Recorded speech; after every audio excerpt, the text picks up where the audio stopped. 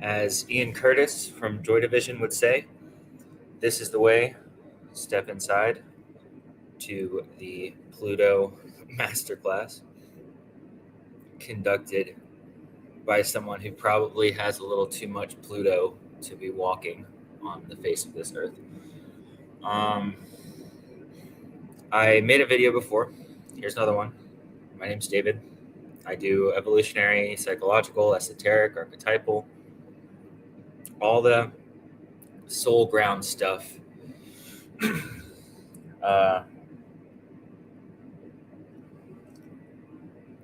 yeah, this is about obliteration. It's about the end, as Jim Morrison would say, another Plutonic soul.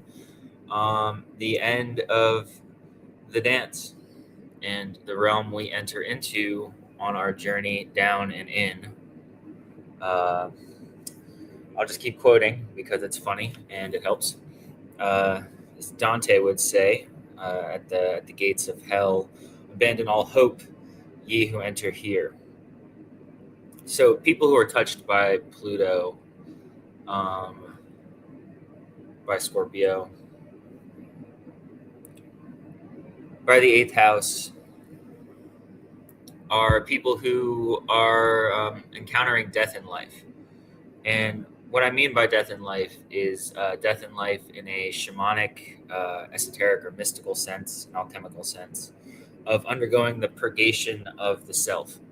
So, not all souls are here to do that kind of work at that level of depth. I'm talking about the level of depth where you die and you are reborn in life. And Plutonic souls, that will happen multiple times. It will happen to the point of which you no longer recognize yourself. You are basically trimmed and cut down to the raw, bare, essential element. And this is the process of spiritual self-discovery. We have John Keats. I brought him up in the last video. Said this world is a vale of souls. It's a school for children to learn how to become a soul. And that's really the process that Pluto articulates. I love Darwin for this, as well as the philosopher Hegel, because what we're talking about is an evolutionary process, a transpersonal evolutionary process of awakening in the cosmos in a grand sense, universal sense.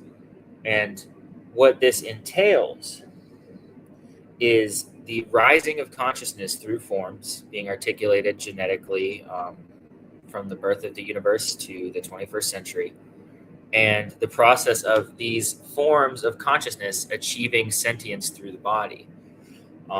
This is the nervous system, which would be Aquarius or Uranus, as well as the brain, and the evolution and development of the brain I would actually call Pluto. You have the forebrain and the hindbrain, the lizard brain, so to speak, and in a Jim Morrison context, again, to evoke a Pluto soul, and the brain that allowed for the creation of philosophy and astrology, which is the reflective brain, the analytical brain, the brain that is able to redouble upon experience, as the philosopher Soren Kierkegaard would put it, dialectical redoubling, the capacity to reflect, which is perhaps seen best archetypally in the story of Job in his relationship to God. So, what Plutonic souls are doing on this earth is they are discovering what the soul is, what it is to be a soul, who they are as a soul. It is the evolutionary process of soul making. And the more Pluto contacts you have in your chart, that's the relationship to the nodes, as in evolutionary astrology, just as much as it is your Pluto placements, Scorpio placements. I usually just say Pluto at this point. Your chart will be angling toward this process of transformation, and it's everywhere in everyone's chart. Some to greater degrees, some to lesser degrees, but this is the process of death. So when you have the eighth house, that axis of Scorpio and Taurus, death and taxes, right? The two things in life that are certain. And I would just add transformation as the third one, that the sole purpose of incarnation is to change. And in a Pluto soul's incarnational path, It is to transform so utterly as to be unrecognizable toward the essence of the soul. So there are various different kind of Saturnian, Capricornian, and even Aquarian forms in terms of the human being, the human body, human culture, human society, human science that create the foundations for life. And the relationship between Saturn, Uranus, and Pluto is the blowing through the old guard, which is the revolutionary genius of Uranus. It's the glass ceiling. As the philosopher Pascal would say, God is the cultural limit. Uranus blows through the brick wall of Saturn with a bullet. I believe that was Jeffrey Wolf Green. It's a great metaphor. And what's beyond that is the transformative process itself, Pluto. This is all occurring within the ocean of consciousness, Neptune. So we have this sort of master of hell. And so you'll hear in certain circles that the world is a prison or the world is a soul veil, as in Keats. All of these things are essentially judgments on this larger Plutonic process of the evolution of the soul. And encountering Pluto is essentially encountering the necessity of surrender. So when we look at this harmonically, there's a harmonic relationship between Scorpio as an ancient ruler and a modern ruler. So Scorpio is the ancient ruler of Mars and the modern ruler of Pluto. These are harmonics. So Mars in this case is the personal action or the individual will. And I'll bring up the philosopher Schopenhauer in a moment because he articulates this quite well.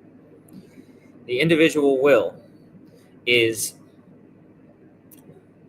the one who believes that they are acting. So you have effectively the world as a stage for souls and the evolution of souls. And then you have the individual will who believes that through an act of consciousness or an act of force, this process can be altered, transformed, or changed. And this is a question of fate and free will. In a cosmological and deep astrological sense, we are here to experience certain things based on the resonance patterns within our chart. And the degree to which we become aware of this process is the degree to which we experience these phenomena at different dimensional levels of consciousness.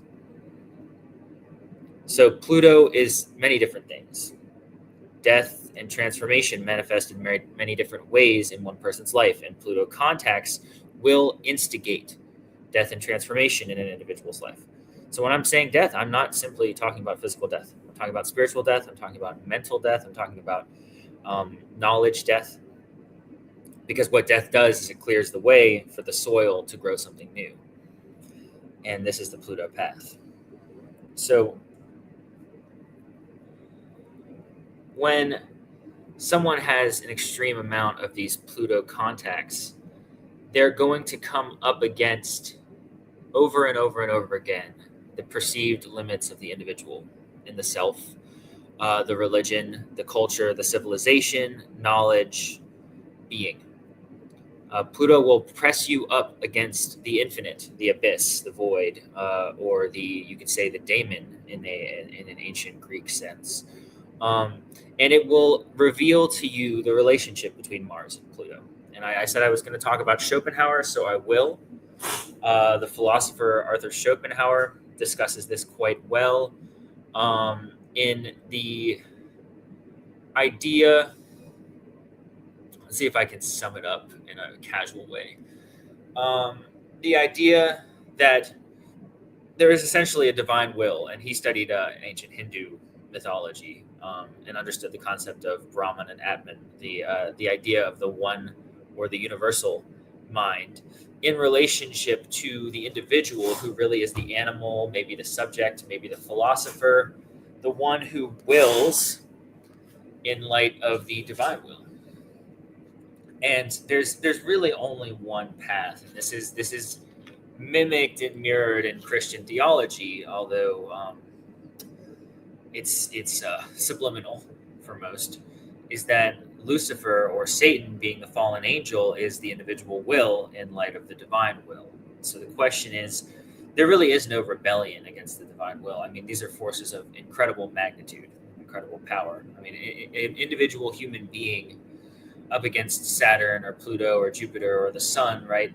We are born through these things, down through the veil of the cosmos into incarnate form, to experience the journey of the soul. And the journey of the soul is the reason why we're here.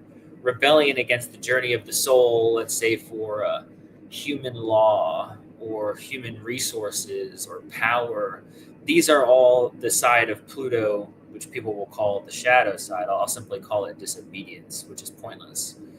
It's fruitless in a journey of the soul in which we are here for, that we are being drawn through to attempt to rebel against what really is requiring your surrender in order to evolve, grow, and experience what you're here to experience. And this is a perennial task, and it's at the center of mysticism. It's not only the revelation of the divine will, but the submission to the divine will. That's Mars and Pluto right there. And it's precisely in the contrast of the perception of an individual will, which is subjectivity, perception of a self, an individual, which reveals ultimately the limits of individuality. This is what all of the great scientists press up against, just as all the great mystics. These are all people who are on a Plutonic quest through knowledge to reveal that there is a point where knowledge ends and surrender begins.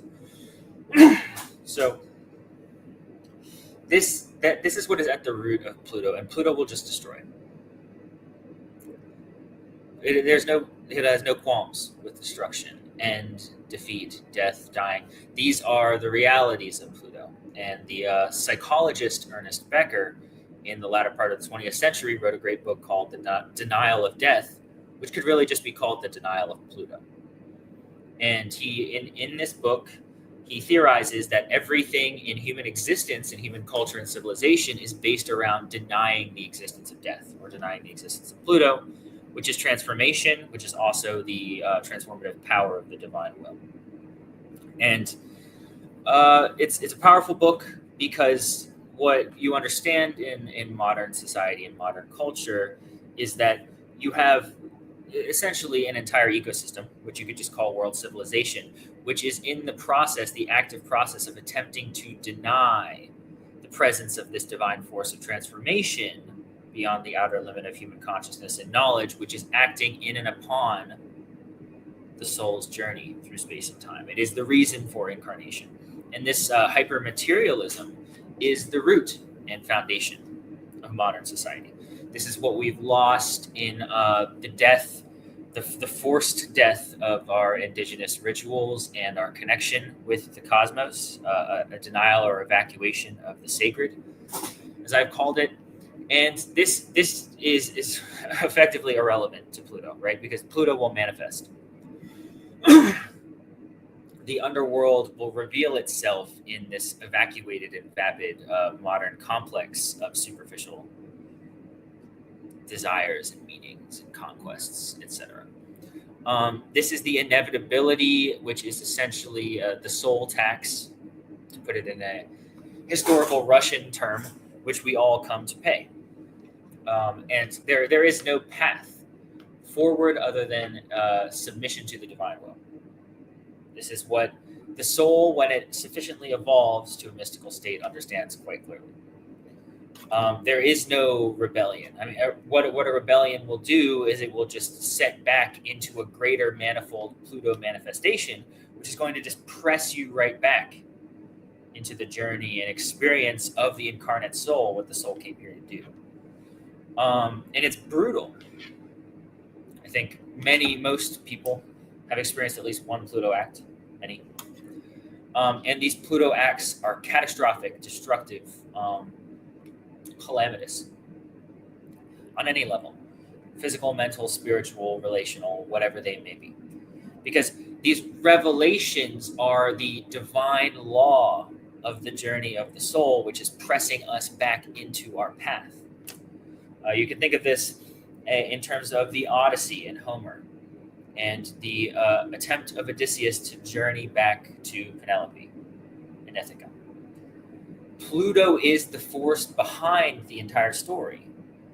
The rudder, so to speak, of the nadir of this movement that Odysseus undertakes from everything from Circe to Scylla and Charybdis to the Cyclops. These are all stations in Odysseus's evolutionary journey and his evolutionary path of the consciousness of the soul to be reunified with the soul itself, which would be Penelope, the feminine aspect.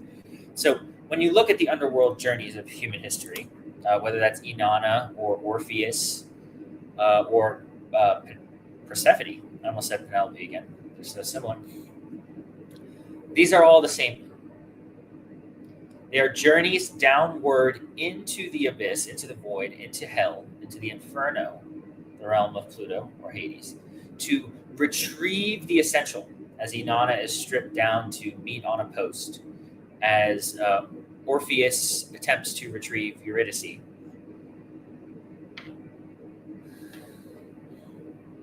As Penelope becomes wedded to Hades himself and spends half the year in hell and half the year on Earth with her mother.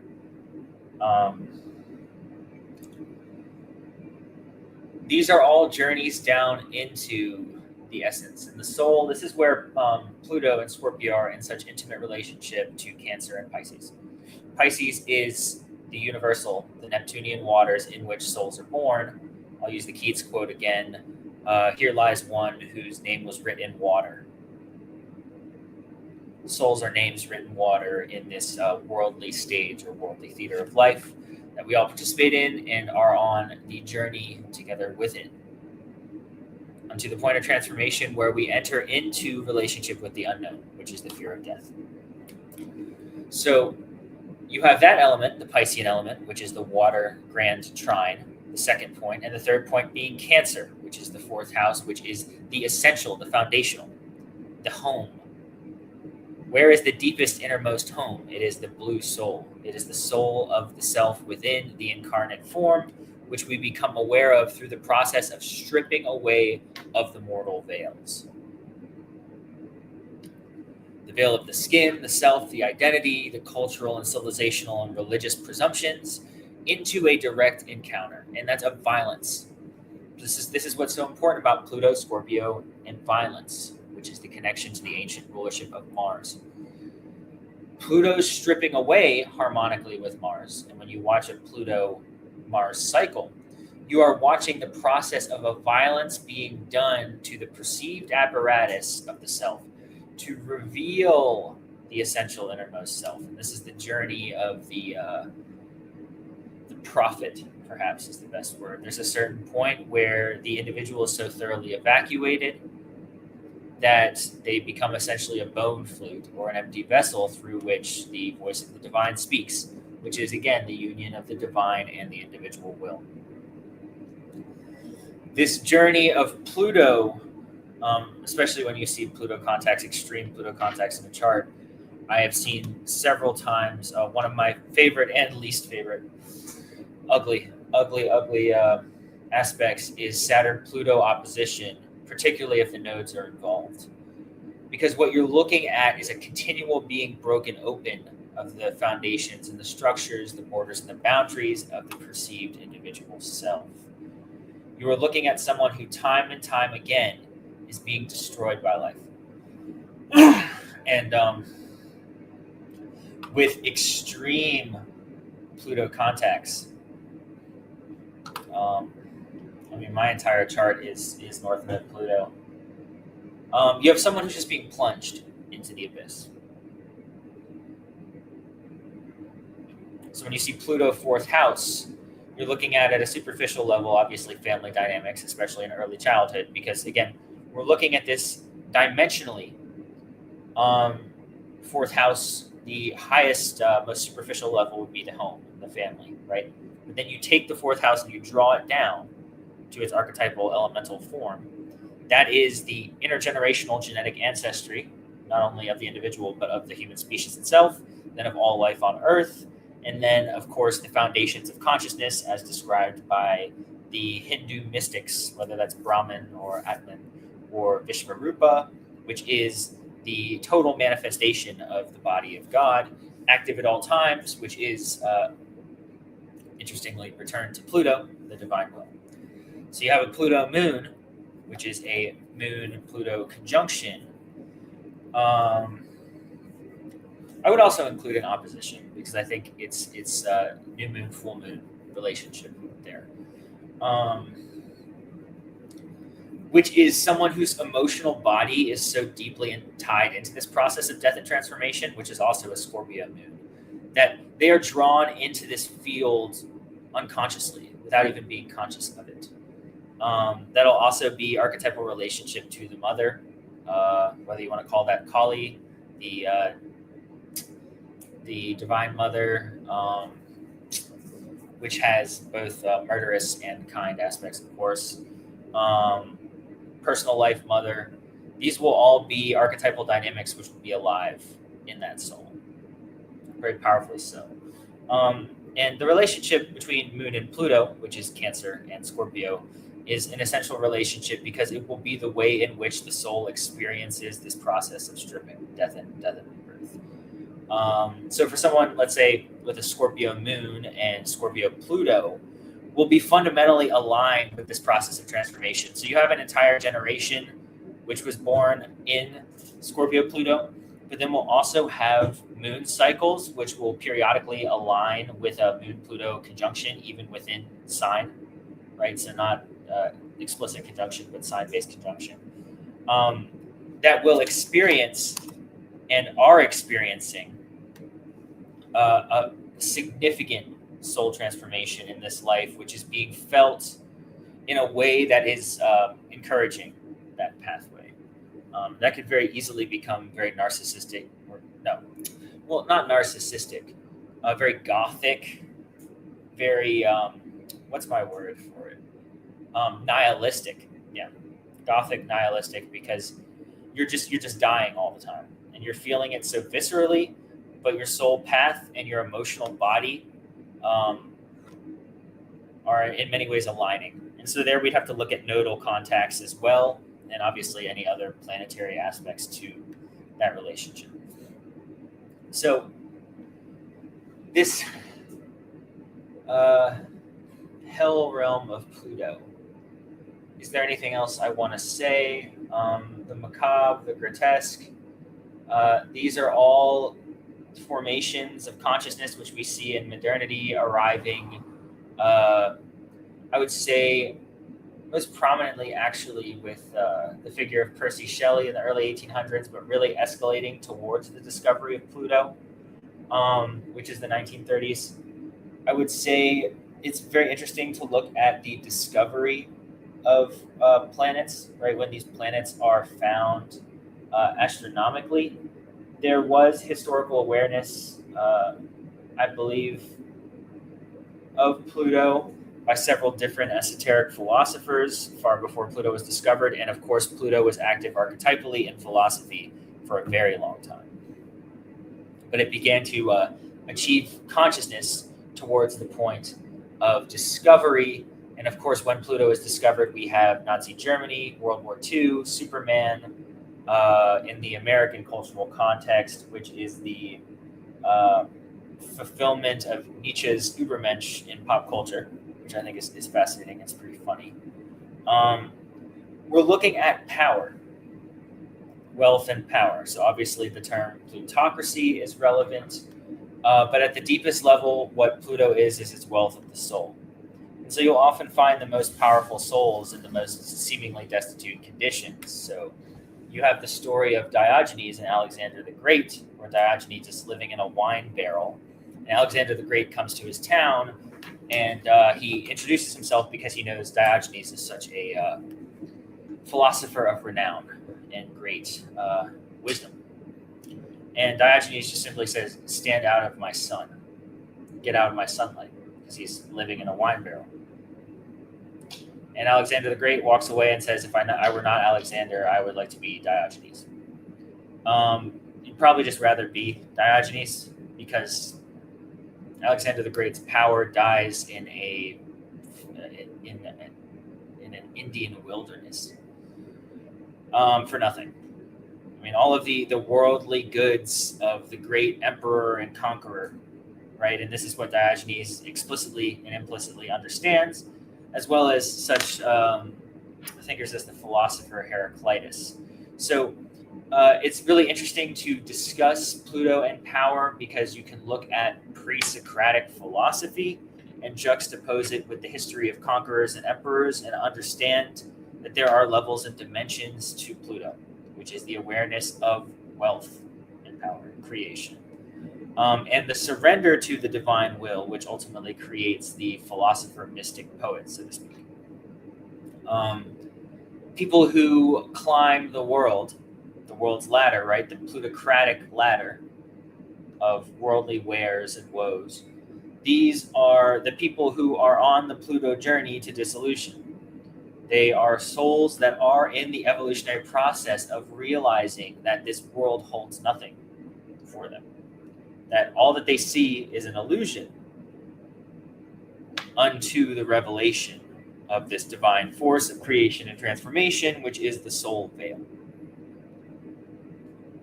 So when Jeffrey Wolf Green talks about the evolutionary stages of the soul, what he's talking about is a process of realization. And when we say self-realization, we're talking about Pluto. Because self-realization is the process of understanding. It's I believe it's neti is the term. Not this, not that, not that. That which I am, again to refer to Advaita Vedanta and the Hindu mystical and philosophical tradition, is Brahman itself, is creation itself. The I am is the universal whole. It is the divine will. It is the divine order of creation, in which we are all sparks of the soul participating in a journey back towards that essential revelation and thus reunion with the powers of creation. So when you have Pluto's souls, they climb the mountain of the world, and then you have that, I love the Tower card in the tarot, because all that is just the Uranian force which throws them off the perceived Saturnian structure of supremacy and greatness, or whatever sort of title or power you would seek to acquire in the world, in the revelation that it is all for naught. And this is the great Shakespearean story of Macbeth, the rise and the fall of the conqueror. And that is all that happens in the world, the rise and fall of the conqueror. And of course, we see that in human history over and over again. It's a soul process of recycling.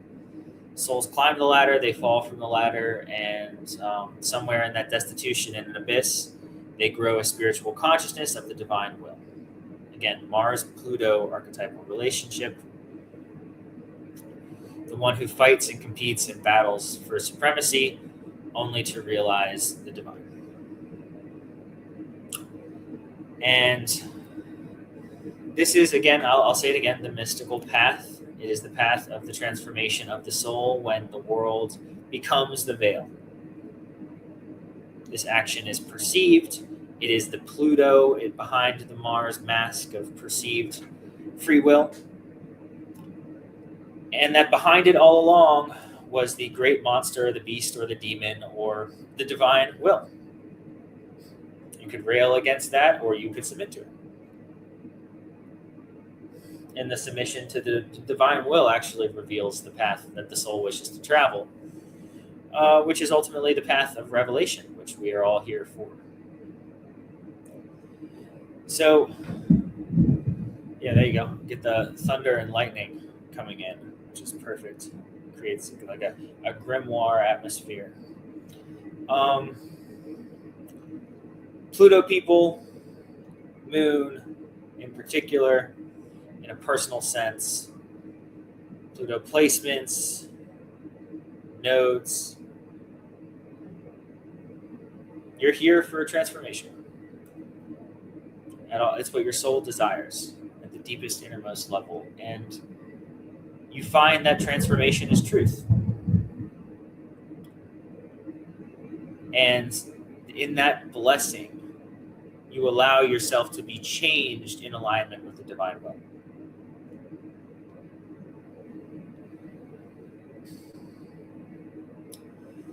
There is your Pluto masterclass, which is never mastered. only perhaps just a little better understood. Thanks.